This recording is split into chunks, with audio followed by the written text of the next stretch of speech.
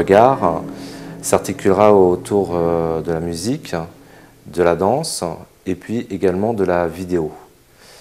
Le thème de regard, c'est le moment, la compréhension et l'appréhension du mouvement, l'interprétation des événements, suivant notre âge, suivant notre expérience, suivant notre fragilité.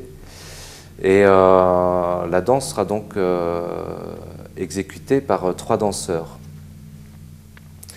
Le dispositif prévu pour le spectacle, ce sera une installation de toute la percussion au lointain, en 2/3 du plateau, un mur couvert d'un tulle, et puis en avant-scène, l'espace libre pour la danse.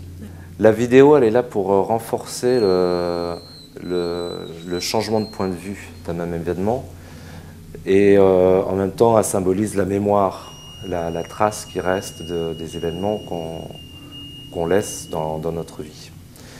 L'autre élément qu'aura la vidéo, ce sera un élément de décor, des paysages, des salles, et puis aussi de permettre une multiplication des danseurs.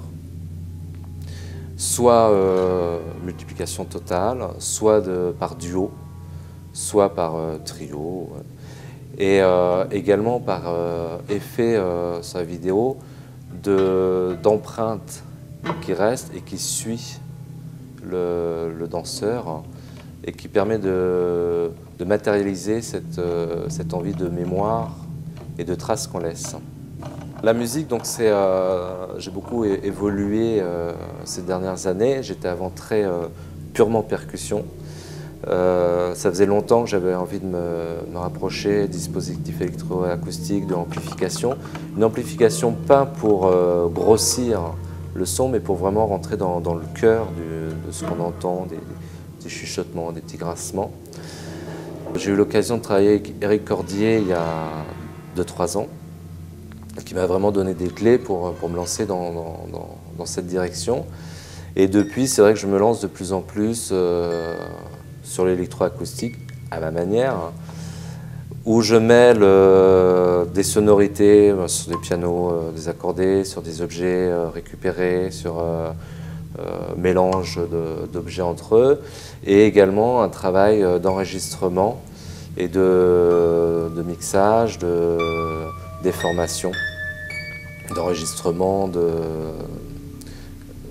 sons humains.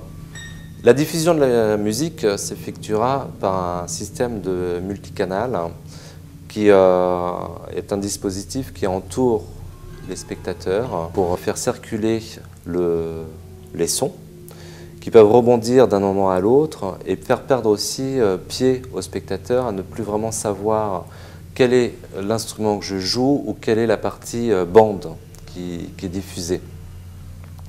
Pour cela, je serai assisté de Jean-Baptiste Fouret, qui est un ami de petite enfance et en qui j'ai totalement confiance sur le rendu de mes sons. C'est vrai que j'ai toujours porté une grande importance sur la qualité du son et des sons que j'effectue. Et c'est un dispositif qui ne me permet pas, moi, d'entendre ce que le public entende.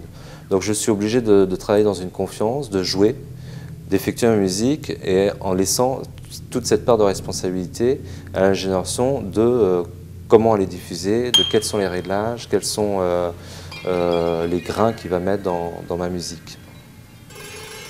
Je suis effectivement à l'origine du projet Regard, mais ce ne sera absolument pas une création personnelle.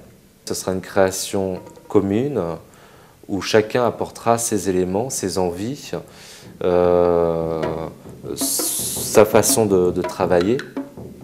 Et 2012 est donc une année vraiment importante pour nous, car ce sera une année qui nous permettra de se comprendre, de se rencontrer, d'échanger et de faire évoluer ce projet en commun.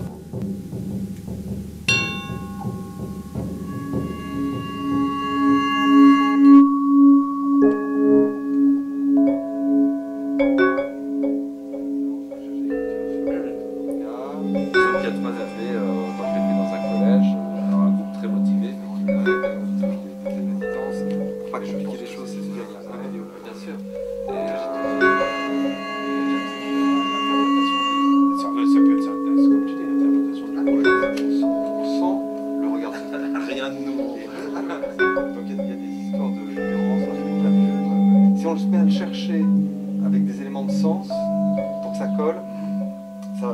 ça va pas aller. J'aimerais aller vers quelque chose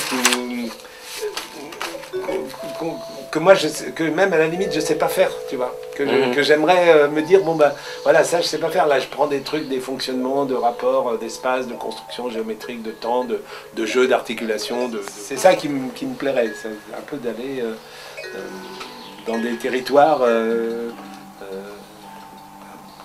inconnus, des terres inconnues, des terres. Qu'est-ce qui a motivé ton désir de faire ce travail par rapport au regard, aux 3 générations? Alors, de façon inconsciente, je pense que c'est peut-être aussi parce que j'ai 40 ans et que tu te poses peut-être plus de questions que quand chaque âge apporte ses choses. Et je trouve que dans ta vie, il n'y a pas de moment... tu vois, il y a des gens qui disent de temps en temps « Ah, si je pouvais changer ma vie, ou si je pouvais revenir en arrière ».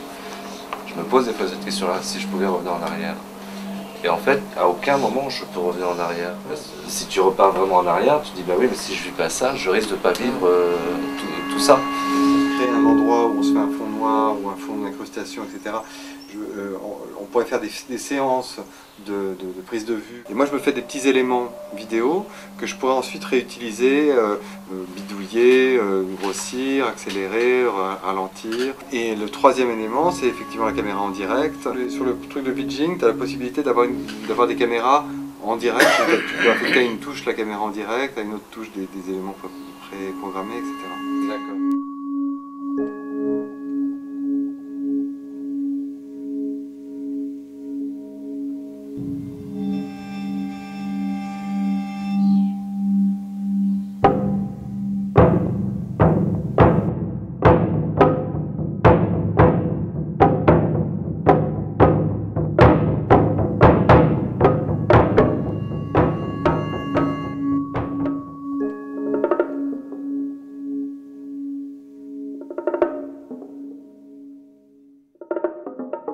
Enfin, j'ai observé, à la suite des petites réflexions avec Jean, que finalement, il y a énormément de verbes d'action qui sont mis en relation avec le regard.